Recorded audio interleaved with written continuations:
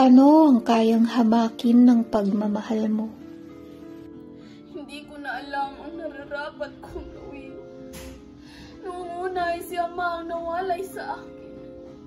Sinakripisyo ko ang lahat upang tubusin lamang si Ama sa mga tulisan na galit sa pera. Napalipin ako sa taong mababa ang tingin sa akin, na tila ba ako'y isang lapastangan.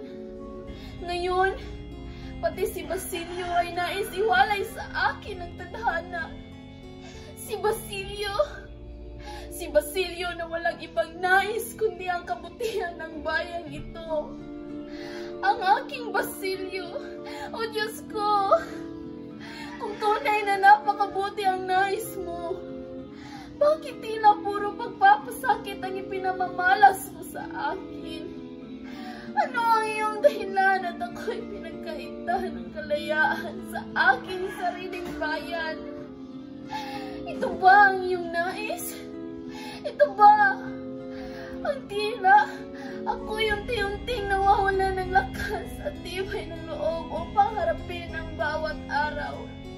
Ito ba ang iyong nais, o Diyos ko? Ang makita akong tila ba kandila na unti-unting naubos. Mataas sa tingin ko sa iyo at sa simbahan. Ngunit hindi ko inaasahang ikaw mismo ang sisira sa akin.